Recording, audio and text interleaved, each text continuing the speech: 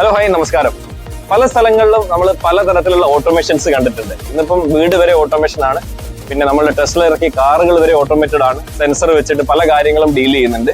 ഞാൻ കപ്പലിൽ കണ്ട ചെറിയൊരു ഓട്ടോമേഷൻ സിസ്റ്റം ആണ് ഓട്ടോമാറ്റിക് ഫയർ എക്സ്റ്റിങ്ക്വിഷർ. അതായത് നമ്മൾ പറയാം ഫയർ എക്സ്റ്റിങ്ക്വിഷേഴ്സ് എന്തിനാ യൂസ് ചെയ്യുന്നത് വെച്ചിട്ടുണ്ടെങ്കിൽ, ഒരു സ്ഥലത്ത് ഫയർ വന്നിട്ടുണ്ടെങ്കിൽ നമുക്ക് ആ ഫയറിനെ എക്സ്റ്റിങ്ക്വിഷ് ചെയ്യാൻ വേണ്ടിയിട്ട് എക്സ്റ്റിങ്ക്വിഷേഴ്സ് തന്നിട്ടുണ്ട്. പലതരത്തിലുള്ള എക്സ്റ്റിങ്ക്വിഷേഴ്സ് തന്നിട്ടുണ്ട്. Carbon dioxide, foam, DCP, water എന്നും പറഞ്ഞ് പലതരത്തിലുള്ള extinguishers with respect to the fire. ഏത് ടൈപ്പ് ഫയർ ആണോ, ഫയറിന് A class, B class, C class എന്നെല്ലാം പറഞ്ഞ് ക്ലാസിഫൈ ചെയ്തിട്ടുണ്ട്. അപ്പൊ ഏത് ക്ലാസ് ഫയർ ആണോ അതിന് വേണ്ടിയിട്ട് നമുക്ക് എക്സ്റ്റിങ്ക്വിഷേഴ്സ് തന്നിട്ടുണ്ടാവും.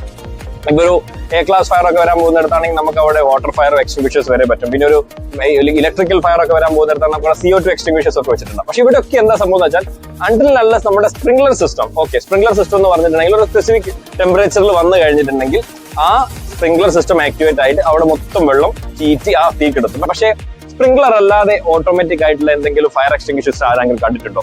നമ്മളുടെ ഷിപ്പിൽ കേബിനകത്ത് ഫയർ ഉണ്ടായിട്ടുണ്ടെങ്കിൽ എക്സ്റ്റിങ്ക്വിഷ് ചെയ്യാൻ വേണ്ടി ഒരു ഫയർ എക്സ്റ്റിങ്ക്വിഷർ തന്നിട്ടുണ്ട്. അത് ഓട്ടോമേറ്റഡ് ആണ്. അതെങ്ങനെയാണ് സിസ്റ്റം നമുക്ക് നോക്കിയാലോ?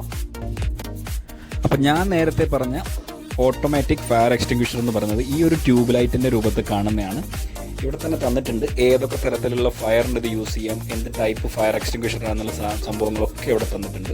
അപ്പോൾ കണ്ടാൽ നമ്മൾ ഒറ്റ നോട്ടത്തിൽ ഒരു ട്യൂബ് ലൈറ്റ് ആണെന്ന് കരുതുമെങ്കിലും ഇതൊരു ഗ്ലാസ് ആംപ്യൂൾ ആണ്. പ്ലാസ്റ്റിക് ഹോൾഡറിലുള്ളൊരു ഗ്ലാസ് ആംപ്യൂൾ ആണിത്. 84 ഡിഗ്രീസ് ടെമ്പറേച്ചറിലേക്ക് ഈ ഒരു ഗ്ലാസ് ആംപ്യൂൾ ചെന്ന് കഴിഞ്ഞാൽ ഓട്ടോമാറ്റിക്കലി ഈ ഒരു ഗ്ലാസ് ആംപ്യൂൾ പൊട്ടിത്തെറിക്കുകയും ഇതിനുള്ളിലുള്ള അക്വസ് ഫിലിം ഫോമിംഗ് ഫോം, അതായത് AFFF എന്ന് നമ്മൾ പറയുന്ന ഫയർ ഫൈറ്റിങ്ങിൽ നമ്മൾ ഉപയോഗിക്കുന്ന ഫോം ഇതിൽ നിന്ന് പുറത്തു വരികയും ഈ മൊത്തം റൂമിലുണ്ടാവുന്ന ഫയറിനെ എക്സ്റ്റിങ്ക്വിഷ് ചെയ്യാൻ പാകത്തിലേക്ക് അത് എക്സ്പാൻഡ് ആവുകയും ചെയ്യുന്നത്.